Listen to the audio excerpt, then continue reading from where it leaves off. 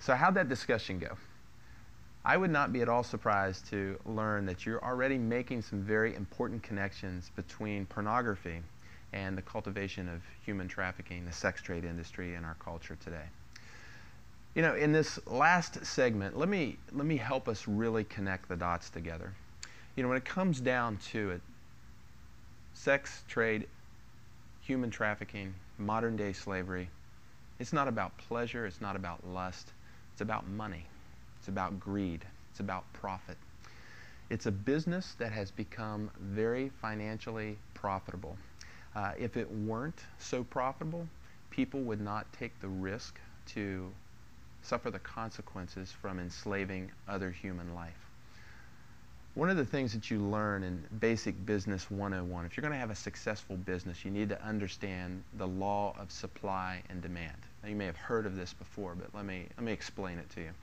The basic rule is that as demand goes up, if you can meet the demand with a product, with the supply of a product, then there is plenty of profit to be made.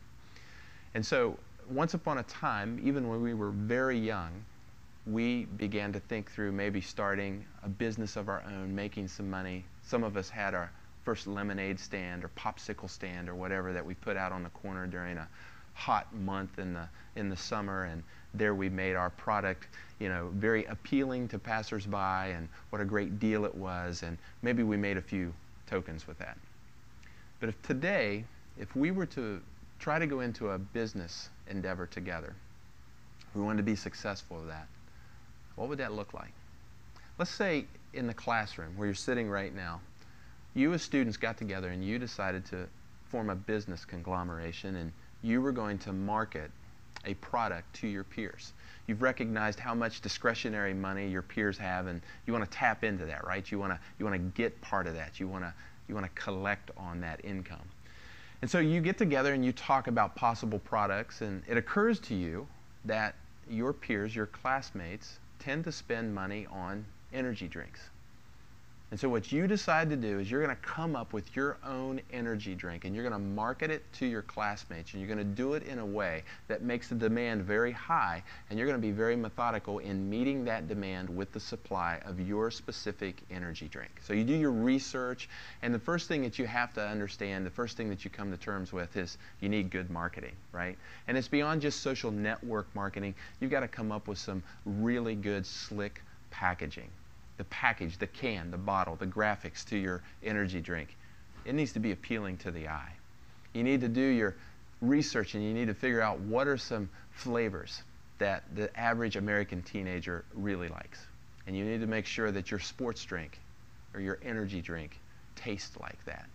You need to make sure that when you market this really cool looking packaging and you've got this really good looking taste, you gotta also market the fact that if you consume this product, your life experience elevates, your quality of life gets better.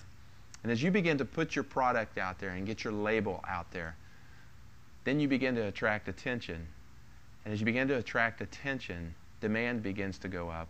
And if you can match that demand with supply, you as a business will begin to thrive, and you'll rake in the profits. Now, here's the funny thing, especially when it comes to beverages. When you begin to make a profit, you can't just go out and blow your profit like on video games or whatever. You've got to set back a certain amount of your profit to continue to make the supply necessary to meet the demand. You've got to recreate and replicate this energy drink, because every time a person buys your product and opens the can or the bottle and drinks it, it's gone. Right?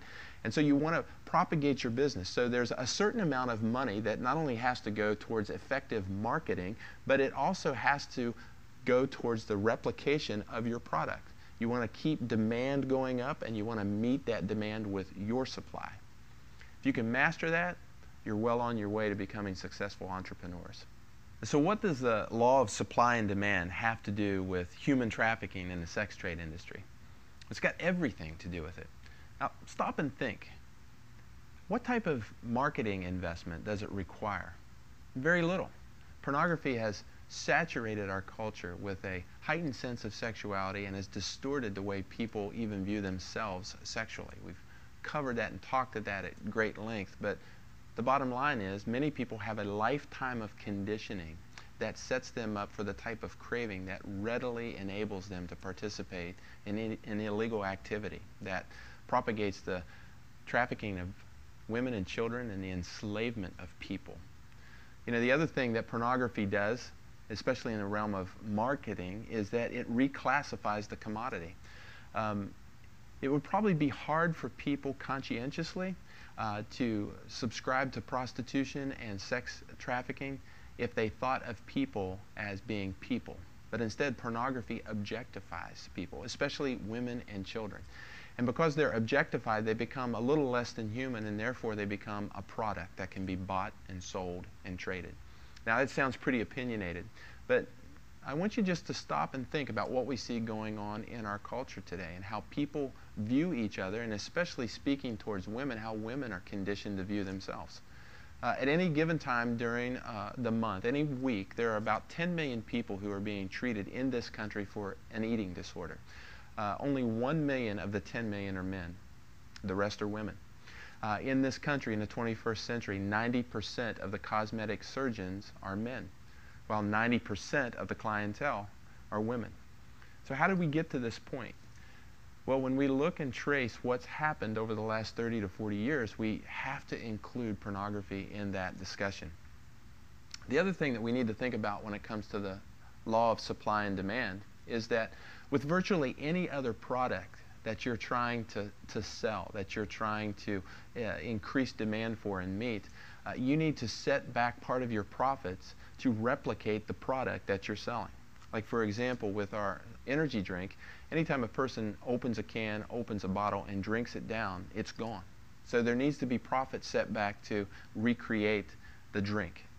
But unfortunately, with the sex trade industry, you have a commodity, you have a product that can be reused again and again and again and again and again and again and again and again, and that's not even one day in the life of some of these victims. So here's the big idea, and here's how we'd like to conclude this segment of our time. What if we began to address the problem with human trafficking and the sex trade industry in our culture and in the world today, instead of focusing so much on the supply, instead of cracking down on the supply, instead of trying to rescue as many people as we can? Those are all good things, but what if we began to talk about the demand? What if there are some things that can be done that would begin to decrease demand? If we could figure out how to decrease demand, according to the law of supply and demand, supplies would begin to diminish as well. And you would see less and less trafficking victims. You would see less and less women and children sold into slavery. You know, this session of the Prevention Project is really just geared to cause you to stop and think. You know, the conversations that you have today, the convictions that you will form based on this information in the days to come, they make a difference. It'll make a difference not only in your resolution to stand up against injustice, but hopefully it'll propagate ongoing discussion to where we can have an honest conversation about pornography and its impact on our culture.